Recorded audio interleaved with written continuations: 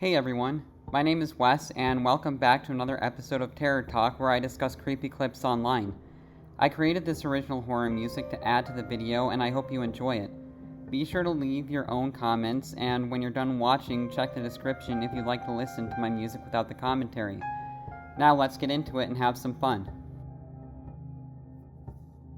This ongoing issue started about a month ago, but let me provide some context first. I'm 24 years old and I live with my parents. My family is not well off and never has been, and pretty much all the money I make goes into supporting the household. My relationship with my parents is not the best. We bicker quite often, and whenever I'm not working or hanging with friends, I tend to stick to myself. I don't want to write a hard luck story or anything like that. Do you get along with your parents? For the most part, I get along with my parents. I mean, all parents can definitely be annoying at times.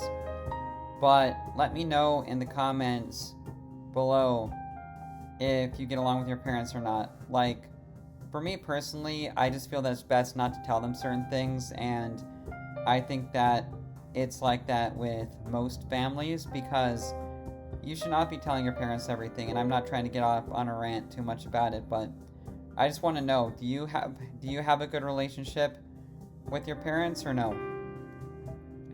But I've had it tough growing up. Fitness has always been my go-to escape. I see it as a healthy way to get my mind off personal burdens, while also providing a good excuse to leave the house. There's a park about a 10-minute drive from my house that has a workout facility, with bars for pull-ups, dips, and other calisthenic exercises. During the summer months, I'd like to go there to work out as nature helps calm my mind. I like to go at nighttime because since it's a public park, it tends to get busy during the day. So one night, while my parents were arguing, I decided to slip out of the house to go work out. It was an extremely hot summer night, probably 85 degrees. I remember breathing in the humid air as I walked from my doorstep to the beat-up white Corolla sitting in our driveway. I started the rickety engine and rolled down the windows as the warm summer breeze flowed through my hair. I arrived at the park and exited my car. I was the only car in the lot. It was probably 10 or 11 p.m. The park was completely empty at this time. The beautiful scenery mixed with the steamy air to create a soothing atmosphere, which is another reason why I like this park so much. It sits on top of a hill that overlooks the downtown area of my city, which always adds pleasant and sentimental emotions to my evenings. Anyway, I started a set on the pull-up bar. I wasn't really counting the repetitions. When I work out, I just do it till failure, then take a break and do it a couple more times. It was somewhere between my sets when I took a break to loosen up my arms. Before I got back on the bar though, an indescribable feeling came over me, and a subconscious urge forced me to turn my head around. Standing literally a foot away from my face was a tall, beaten-looking man. I actually screamed and jumped like 5 feet back. He let out a raunchy, boisterous laugh and apologized, saying he didn't mean to scare me. His appearance and mannerisms were extremely eccentric right off the bat, like he was damn near face-to-face with me. He clearly had something wrong with him. I asked him why he was so close to me. Yeah, that whole interaction sounds very unsettling, doesn't it? And why is he there that late at night at the park, just like so close to him like that? I would be like, dude, get the hell away from me. Like, why are you basically invading my personal space? And he said he lives here. He explained that he sees me working out here all the time and asked me if I could teach him. Now, I'm a very non-confrontational type of person, and especially during a time like that, I really just wanted to be left alone. I awkwardly but politely told him I'm just going to do some pull-ups and leave. I hopped back on the bar and continued my set. His words marinated in my mind. He sees me here all the time? I felt the gaze of his eyes burning the back of my neck, but like I said, I'm very non-confrontational. While he did make me increasingly uneasy, I didn't really know what to say or do about it. But then something really weird happened. Right as I was about to finish my set, I heard him mutter my full name. My blood instantly turned cold as I... Wow. That would be super chilling, wouldn't it? To have someone you have no idea like that. That's basically just like watching you and kind of stalking you. Say your full name. Like, dang. That is pretty crazy. I jumped off the bar and slowly backed away. I said a shaky, "What?" He didn't respond, and instead just stared at me with this crazed, wide-eyed smile. I thought I might have been hearing things. That's how bizarre it was. I started to get an awful feeling in my gut, like something bad was about to happen. Without another word, I decided to quickly walk back to my car and leave. I felt that man staring at me while I retreated, and thankfully he didn't follow me. Before I left the park, though, I took one last look, and I saw him hanging from the bar, attempting to do a pull-up. I watched as he grabbed the bar, tried to pull himself up, and then failed and tried again, in the exact position I was previously in. I swiftly left the park without looking back. The entire ride back, I questioned myself.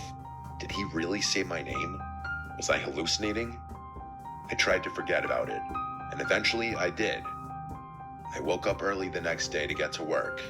I work construction and I have to wake up very early before my parents, so I was the first one to notice the unmarked envelope sitting at my front door. It was addressed to me. I picked it up and figured I'd read whatever was inside whenever I had the chance. It was another sweltering hot summer day, and I took my lunch break early to cool down. I sat in my car while eating my pre-made sandwich and decided to open the envelope. I didn't really know what to expect, but never in a million years did I think I'd find 10 printed photos of me. They were all unknowingly taken. One was of me in my car, one was of me at work, one was of me exercising at the park. I instantly remembered that creepy man from the night before and started to feel uncontrollably nauseous. I stared in disbelief as I flipped through the rest of them. One was of my house, and the worst of all was a photo of me sleeping, taken from outside my window. I nearly choked on my food as tears rolled down my cheeks. I felt unsafe. I told my boss a serious issue popped up, and I left work right away. He wasn't happy with me, but I didn't care. I took a picture of the photos and drove directly to the police. Yeah, this whole thing with the photos, like, that would make me feel physically ill too. And this whole thing where bosses aren't happy if, something major comes up. Like, honestly, I try not to swear too much on this channel, but fuck you. Like, fuck you. Because I know what it's like to have bad managers, and it sucks. And bad managers can just go to hell, in my opinion, because they have no sympathy for anyone. And they just, I don't know. I don't have one of my managers isn't the greatest right now, so I feel very strongly about that. But without going into too much into that detail, I don't want to bore everyone. But yeah, just like management needs to get off people's cases when something major comes up, because this is a serious, serious thing that this guy is going through. And I don't know, to have a picture taken of you when you're sleeping like that, like, dang, that is crazy. How would you feel? Would you feel physically nauseous? Because just the thought of that happening to me would make me feel physically nauseous. Like, I would feel so unnerved being in my own home if that had happened to me. But let me know how you would react in the comments below. Station. I gave the police the photos and explained my encounter at the park. I described the man to them, and they said they would look into it. I told my parents about it too, and for the first time in a long time, I actually got some sympathy out of them. More things started happening though. A couple nights later at like 3 a.m., I woke to knocks at the door. I didn't open it, assuming the worst. One day, I found a sticky note pasted to my car window with a heart drawn in Sharpie. I went back to the police to report this, and they said they would open up a stalker investigation. I haven't heard back from them yet. I figured it's hard to build a case without having concrete evidence.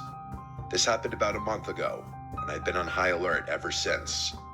My parents are looking for a new home, which is already tough given our financial situation. I'll update if anything further happens, but until then, I'll continue to sleep with one eye open.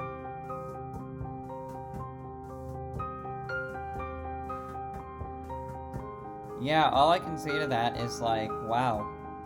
That is a true stalker situation right there.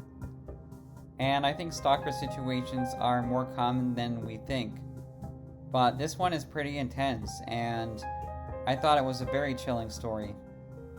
And I just feel bad for the guy because, you know, they have to basically go around being paranoid like that. It's terrible. Like, going around being paranoid all the time and feeling that kind of paranoia on a day-to-day basis would really start to eat at your health for a while. So hopefully they are able to get that situation sorted out soon, but if they haven't already. But yeah, I thought this was a great chilling stalker story, and I hope you enjoyed my commentary and the music, and I will see you in the next video.